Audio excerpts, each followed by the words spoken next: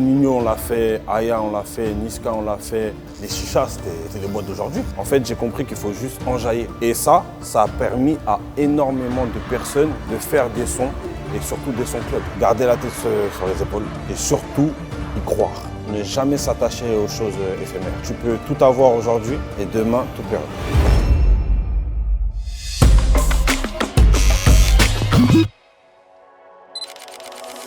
Je m'appelle Ezoya, je suis barbeur. J'exerce ce métier depuis maintenant une dizaine d'années. Je coiffe beaucoup de personnes, footballeurs, acteurs, chanteurs, rappeurs. Je kiffe le moment que je vis avec eux. C'est pour ça que j'aimerais vous les partager. Demba. Bonjour mon frère, je suis avec mon équipe. Donc j'aimerais que tu présentes un peu ton complexe parce que je sais qu'il y a plusieurs pièces, il y a plusieurs trucs. Les gens sont pas prêts. On commence par là. Oui, c'est bon. Je vous présente le G Barber, ton domaine. C'est chez moi ça. Là, c'est le studio A. Celui-là, il est un peu plus petit. Ouais, c'est méchant les gars. Ah, tu peux pondre un morceau direct là tout de suite. Piège l'appelle Poudlard. De la sorcellerie. Waouh. Voilà. C'est un autre mood là. Ça a de la place là. Hein. Tu veux quelle couleur? Dis-moi. Violet. Méchant. Capté. C'est la restauration ici. Hein. Restauration, terrasse. C'est vraiment deux univers différents entre ici et le prochain endroit qu'on va voir. Tu vois. Voilà, c'est l'endroit magique.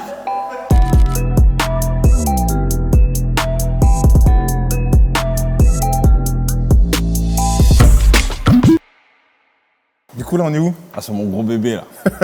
Ah, ça, c'est le meilleur pour la fin. On est au G Club. Ton environnement. Voilà. Là c'est chez toi. Voilà. Il y a le côté musical, studio. Ouais. Il y a le côté lounge, restaurant. Et là maintenant, clubbing, la fête. Là ça fait combien de temps que c'est ouvert? Là, ça fait 2 ans que c'est ouvert. Carrément t'as vu tu sais quoi? Présente-toi. Parce que moi t'as dit je te connais, mais eux là ils savent pas quitter, présente-toi. Ok, moi c'est le D. Je pourrais même pas te dire si je suis rappeur ou chanteur, je suis enjailleur. Il a créé un nouveau métier. Voilà, je suis il est enjailleur. enjailleur. Ça c'est la bonne taille, c'est le D. Ça c'est la... Les gars, c'est aussi un ambianceur. Là, on est chez moi, au G Club. Le G, ce qu'il faut savoir, c'est que c'est un label, c'est un état d'esprit, c'est une vision, c'est un club, c'est un restaurant, c'est vraiment un style de vie. Je me définis par la lettre G. Tous les univers mélangés. Il y a eu le Garden à l'époque. C'était quoi le Garden? Le Garden, c'est une chicha. D'accord. La plus grande chicha dans l'histoire de la France. C'est ça que tu dis? Bien sûr. Je veux que tu dis. Bah tu vois, t'as déjà ramené Davido dans une chicha, toi? T'as fait ça toi? Bien sûr. T'as déjà ramené Fali dans une chicha, toi? T'as déjà ramené Jul et Gradure? Dis-moi, je fais quoi pour la barbe? Parce que j'allais dire, j'ai cru que tu voulais me demander quelle coupe je fais. J'allais dire, Ezo, on s'aime bien, hein? Arrête. Faut pas aller trop loin, hein? Non, tu connais, juste tu dégrades un peu ma barbe. Ok. Comme d'habitude. Oui, c'est bon. Tu m'as parlé de Davido, de tout ça. Ouais. Raconte-moi un peu comment ça s'est passé. En 2014, on est au Garden. Le Garden, c'est un endroit où tu viens avec ta femme.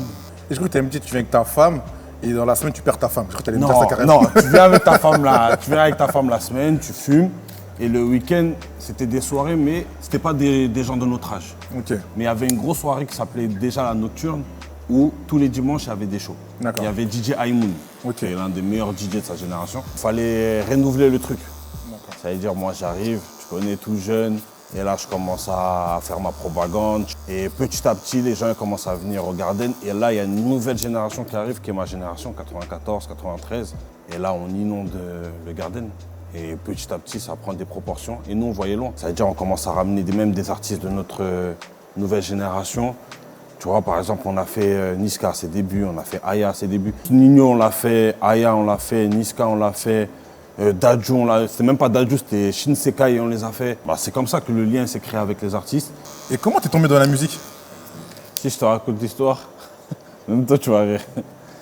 J'ai jamais voulu faire de la musique et jamais de ma vie je pensais que j'allais faire de la musique. À la base de base, vas-y, il y avait le Garden, sur Snap, avec mes potes, on faisait des guerres interposées. Ça veut dire des quoi ça? pranks. Les gars, pause. Imaginez-vous, vous dormez, vous avez un dégradé, bien soigné, vous vous réveillez avec une boule du dé. Le dé vous a fait une boule à 0. On avait une soirée qui s'appelait l'Afro Hype le mardi. D'accord. Et un jour, je tombe sur une instru et je commence à dire une phrase que je commence à répéter. sur Snap, mais ça permet de, en gros, c'est de la pub, venez, tu vois. Et je fais que de répéter ça va barder en parlant de la soirée. Ça veut dire en mode, j'écris sur Snap, venez ce soir, et je dis ça va barder, ça va barder, ça va barder, ça va barder. Je le fais une fois, deux fois, trois fois. Et un jour, mon producteur, il me dit, mais pourquoi tu vas pas au studio, t'essayes pas? Et ce qu'il faut savoir, c'est qu'à cette époque-là, au Play, venait de sortir le morceau Et les loups. Ah ouais? Ouais. Ok. Et il me dit, si Oplay l'a fait, bah en gros, fais-le, tu vois. Je pars au studio, je fais ça va barder. Le son, il dure 45 secondes. Mais moi, j'ai jamais été au studio. Ça veut dire maintenant, je vais derrière le micro, je fais ça va barder, ça va barder. Maintenant, je fais KO de ouf. Je sors du studio, je leur fais écouter, moi, je suis content. Ils me disent, mais t'es fou, quoi. C'est quoi ça? Repars, mais de l'énergie, tout. Ça veut dire, je repars au studio. Et là, je fais ça va barder. Je sors du studio. Le lendemain, je le mets sur YouTube. Les jours d'après, ça va barder, commence à prendre. Et c'est comme ça que la musique elle a commencé. Ça va barder, ouais, ça va barder, ouais, ça va barder, ouais, ça va barder, ça va barder, ça va barder, ça va barder, ça va barder. En fait, toi-même, t'as même pas vu tout venir. Je l'ai mis, j'ai mis un lien YouTube. J'ai pris la première photo, il y a écrit le D avec un maillot de l'équipe de France. Je suis de dos, on voit même pas mon visage. Et au final, le morceau il commence à tourner dans toutes les chichas de France. Les chichas, c'était les boîtes d'aujourd'hui. Est-ce qu'aujourd'hui, ça t'a rapporté de l'argent ou dans tes débuts, ça t'a rapporté de l'argent? Ça va Que ce soit barder. à SACEM ou après en showcase, forcément. Ça va barder n'est pas déclaré à la SACEM, mais c'est vrai que ça va barder, ça m'a rapporté de l'argent parce que c'est ça qui m'a permis de continuer dans la musique. Ok. Parce que quand tu viens, tu fais un son de 40 secondes et que tu prends 1000 €, tu te dis mais gros, autant faire un deuxième, troisième, essayer d'atteindre les 10 000. Bien sûr, bien sûr. Et j'ai commencé à faire mes shows. Et ouais, ça va barder. Je dirais pas que c'est le morceau qui m'a rapporté le plus C'est lequel pour toi? à ma table. À ma table. Ouais, rien à voir. Méchant celui-là. Ouais, non, rien à voir. Aucun rapport. Rien à voir. Rien à voir. Ça va barder, c'est le morceau qui m'a permis de commencer à faire de l'argent Mettre un pied musicalement. dedans. Et celui qui m'a permis d'être, on va dire, bien dans ma vie, c'est à ma table. J'ai la meuf la plus bonne à ma table, j'ai la meuf la plus bonne à ma table. Et surtout la bouteille, Le Garden, c'était une chicha de ouf. Il y avait une grosse communauté sur Snapchat. Et le son Ça va barder, ça avait pété. Est-ce que tu te considères comme un game changer? Sans prétention, ouais. Ça va barder à casser énormément de codes. Je suis un mec qui sort de nulle part. J'ai jamais fait de musique. J'ai jamais enregistré. J'arrive avec un son d'1 minute où je répète ça va barder et je vais envoyer c'est la reggae. Ce sont les seules phrases que je répète. 2 phrases. Je vise clairement les boîtes. Le morceau il prend. Qu'est-ce que les gens se disent? En fait, pour faire de la musique, j'ai plus besoin d'être de la cahier. J'ai plus besoin de faire Des grands textes. Ouais. d'élaborer mes textes, de rimer. En fait, j'ai compris qu'il faut juste enjailler. Et ça a permis à énormément de personnes de faire des sons et surtout des sons club. Le seul qui parlait un peu de boîte, c'était un peu La Fouine. Il avait sorti Mathusalem, il avait sorti des trucs. Mais personne s'était réellement focalisé sur les boîtes de nuit. Mais quand j'ai vu l'impact que ça va barder a eu, c'est là que j'ai compris. En gros, tu es un artiste, mais on va te qualifier soit comme un speaker, soit comme un rappeur. En vrai, on ne sait pas. Toi, tu penses quoi de tout ça, en réalité? En fait, personnellement, speaker, c'est pas une insulte. Le seul truc qui me dérange, c'est qu'on me voit comme un speaker, mais je n'ai jamais speaké. Je n'ai jamais pris un micro, j'ai jamais enjaillé, je sais pas moi, une soirée, genre en mode MC officiel. Non. Moi, j'aime beaucoup les speakers. Ok. Je respecte énormément leur travail. Mais pourquoi on me confond? Parce que quand j'ai fait Ça va barder et quand j'ai fait mes autres morceaux, ça a permis à ces speakers-là qui ne faisaient pas de musique, qui ne sont jamais imaginés à faire du son, aller au studio et faire des morceaux. Et viser clairement les boîtes de nuit, l'alcool, les femmes. C'est quoi maintenant? C'est que des speakers ou des artistes maintenant pour toi? Après ça, c'est à eux de se définir. Même si tu es speaker ou tu es peintre, ou à partir du moment où tu fais quelque chose, tu es un artiste. Donc ça veut dire que les speakers sont des artistes. Qui étaient les plus grands speakers? Loti, La Guardia et Virus. Ce sont vraiment les 3 qui m'ont marqué. Loti, je crois même que c'était lui le premier speaker de France. J'ai eu bien l'impression avec son aussi. duo McFly. Exactement. Et aujourd'hui, il y a énormément de speakers. Triangle des Bermudes. déjà. Voilà, Triangle des Bermudes. Voilà.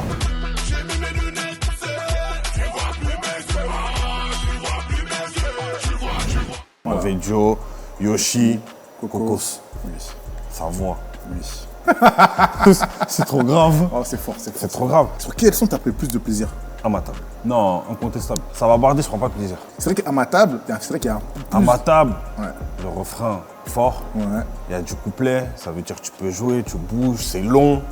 Quand Amatab est sorti, Ouais. on est en 2017, il faut que le morceau il perdure. Amatab n'a pas réellement pris directement, il n'a pas pris le lendemain. Il a dû prendre peut-être 2-3 mois après. Ok. Quand j'ai commencé à faire mes shows, j'étais avec mes gars, j'étais en train de réfléchir, j'ai dit il faut qu'on marque les gens. Quelque chose que personne ne fait. Un jour, je commence à dire, ouais les gars, dès que je vais faire Amatab, je vais aller au milieu de la fosse et je vais le faire en même temps avec tout le monde.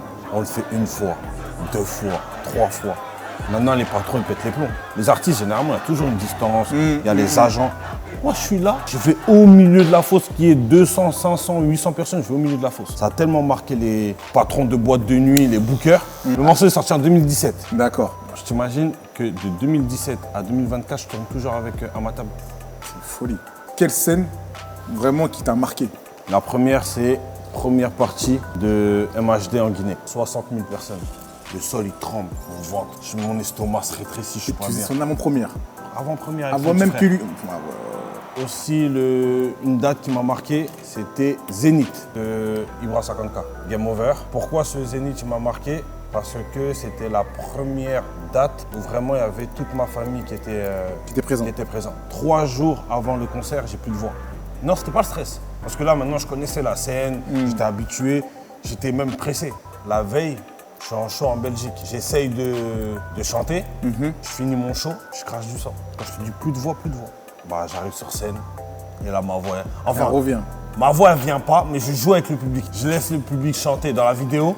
Tu vois, tellement les gens connaissent par cœur, je suis là qu'avec de l'enjaillement. J'ai compris. Ouais, Et quand je dis ce soir, c'est la reggae, j'en vois tout, mais les gens ne savent même pas que là, je suis en détresse. T'es KO. Et au final, bah, concert incroyable, retour incroyable. Mais du coup, là, tu me parlais de ta famille. Ils en sont conscients de ce disque d'or? Ils sont fiers de toi? Parce que moi, je suis fier de toi. Hein. Je sais très bien comment la musique, c'est dur. Sans radio, sans tout ça, t'as fait disque d'or. Moi, ma plus grande fierté, c'est de réussir à avoir fait un single d'or juste en passant en club. Single d'or, c'est combien de... C'est 15 millions de streams. Wow, 15 millions de streams. Mais c'est un ouf, lui. Il faut que ça soit les comptes premium. Ça veut dire, dis-toi, la première fois où on m'a annoncé ma certif, j'ai appelé ma daronne direct. Elle était trop fière. Ton son, il passe en boîte tout le temps. C'est-à-dire qu'en gros, je sais pas, tu prends combien on a ça, tu vas me dire tout à l'heure, mais vas-y, tranquille, on attend. Mais il passe tout le temps. C'est de la folie. Non, moi, j'en ai marre de ce son. De l'entendre. C'est normal. Ou tu sais, c'est quoi qui m'énerve le plus? C'est quand les gens, ils sont en boîte et ils snapent sur le morceau. En fait, c'est parce que ça fait depuis 2017. Ouais, T'as mais... capté? Je me suis rendu compte de la puissance de ce morceau. L'autre fois, on m'envoie mes sons en club à Miami, puis Didi danse dessus. À Miami. Est-ce que tu as vécu la vie d'artiste? À partir du moment où tu as voyagé pour ton art, VHR, pour moi, VHR, c'est la vie d'artiste de toute façon. à partir du moment où tu as eu des VHR, Bien sûr. VHR en anglais signifie tout simplement Very High Resolution. Yes, I speak. moi, tu as vécu la vie d'artiste. T'as voyagé Après, en c'est- Thaïlande, J'ai fait Marrakech. Ouais, j'ai tout fait. ouais, Franchement, l'Europe, je ne vais même pas te citer. Il y a juste les Antilles qui me manquent. Martinique, Guadeloupe, tout ça, j'ai jamais fait encore. Et cette vie d'artiste-là, tu l'aimes? Toi qui me connais, vraiment, tu sais que j'aime pas cette vie-là. Enfin, c'est pas que j'aime pas. On aime tous ces belles choses. Ouais. Mais tu sais que je n'aime pas le montrer. Moi, je suis quelqu'un de timide, sobre, tranquille. Mais on aime les belles choses. Qui n'aime pas voyager? Je peux pas cracher dessus. Non. Il y a des gens qui charbonnent. Moi, tu viens, tu chantes 20 minutes, 30 minutes, t'es payé. Tu payes pas l'hébergement, la graille, c'est à leurs frais. Mais c'est fatigant. C'est fatigant comme tout travail en C'est réalité. fatigant. Comme les gens dans leur tête, ils se disent vie d'artiste, Ouais. pour eux, t'as pas de problème. Donc ça veut dire qu'il y en a, ils vont voir, le mec, il est en showcase, il prend temps. C'est-à-dire même quand ils ont des problèmes, c'est pas des ouais, est-ce que tu peux me dépanner 100 €? Non. Ils vont venir te voir, hey, gros, c'est 4 000 €, 5 000 €. Tu vois, c'est des grosses... En fait, ils pensent que limite, t'es millionnaire en vrai de vrai, tu vois. Et ça, c'est ce côté-là, c'est ça qui t'aimes pas. m'a beaucoup écœuré de. Ouais. Et tu t'es méfié des gens à cause de ça, du coup? Pas méfier des gens parce que Dieu merci, j'ai la même équipe avant la musique, pendant la musique aujourd'hui. Mais tu vois le changement, tu vois que quand par exemple, limite tu peux plus dire non. Quel que soit le problème des gens, tu peux pas dire non. Pourquoi? Parce qu'ils te voient comme un artiste. Et qui dit artiste dit argent, dit argent facile. Eux, c'est ça dans leur tête. Ouais, je vois ce que tu veux dire. Frère, quand tu vas au studio, tu bosses. tu as tes charges. Toi aussi, tu as des problèmes, toi aussi, tu as une famille, toi aussi, tu as des amis. Totalement. Tu vois ce que je veux dire? Toi aussi, tu payes tes impôts, tu as des problèmes comme tout le monde, tu vois? Donc, c'est ce À ton côté- échelle. Voilà, donc c'est ce côté-là qui a fait que pendant un moment, j'ai disparu un peu, tu vois, la musique, ça me parlait plus. Et après, vas-y, il y a eu le projet du G. J'ai mis la musique de côté, j'ai tout envoyé sur le G. Bien sûr, normal. Et maintenant, regarde ce que c'est devenu. Donc là, maintenant, je peux me remettre dans la musique. Donc voilà ma vie d'artiste. Moi, pour moi, ma vie d'artiste, c'est ce que j'ai réussi à faire avec le G. Mais c'est méchant. Tu vois, les lumières, les trucs, ça c'est de l'artistique, ça Oui, c'est oui. beau, t'as capté? Bien sûr. Non, lourd. Maintenant, si tu devrais donner un conseil, une citation à un jeune qui voudrait se lancer dans n'importe quel domaine. Zoya Barber, arrête. Le D, il est jeune. Plus vraiment jeune, mais il est jeune. Ah, ça veut dire quoi un jeune? Moi, je suis pas jeune. Ah, vas-y, toi. Ah, vas-y, toi. Il y en a qui pensent que je suis vieux, j'ai que 30 ans. Ah, vas-y. Je suis jeune, gros. Eh, vas-y, toi. Dis si tu veux donner un conseil à un plus jeune que toi, garder la tête sur les épaules, avoir un entourage qui te dit quand tu merdes, qui te dit quand tu fais des choses bien, et surtout, croire. Parfois, ça prend du temps, parfois, ça prend beaucoup de temps, mais à force, ça va arriver. Et surtout aussi, ne jamais s'attacher aux choses éphémères. Tu peux tout avoir aujourd'hui et demain, tout perdre. Créer ces liens, maintenir ces liens, quels que soient les bons moments, et croire en vos rêves. C'est bien, c'est beau, non? C'est méchant. Demba, merci. Merci à toi, mon frère. T'as un très beau parcours. T'es un homme solide. Ça, c'est parce que je suis sénégalais, Fort. tu connais. C'est important. Et franchement, j'aime bien ce que tu as fait, ce que tu as produit, réalisé avec ce complexe, le G-complexe. Merci, mon frère. Et un grand merci à toi. Non, merci à toi, c'est chez toi. Non, Tu viens quand tu veux, c'est gentil, merci. même si je l'ai déjà vu plusieurs fois ici. Voilà. Moi, je vais dire à l'équipe, je l'ai déjà vu plusieurs fois ici. Mais il a changé. Je le vois de moins en moins. Ouais, on s'est Mais, calmé. On bosse là, on bosse dur maintenant. Non, on bosse dur. Maintenant, pour toi, Ouais. qui verrais-tu entre ces 5 personnes dans le prochain épisode? Non, non, même pas. Qui voudrais-tu voir? On va rien mettre. Qui voudrais-tu voir au prochain épisode? Un artiste. Oui. Un artiste. J'aimerais bien voir Joey Dotfield. Ok les gars, vous avez entendu hein? Je dois être filé au prochain épisode. C'est pas nous, c'est Demba. Tu verras ça avec Demba, tu vas gérer ça avec Demba. Tu m'as demandé quelqu'un? Aïe, aïe, aïe, aïe. Ok. Parce que, pour moi, musicalement parlant, ça sera trop enrichissant. Ramener Joey. C'est un beau truc. T'as le numéro à jouer? C'est bon. On va gérer ça. Merci à toi. Merci, mon frère.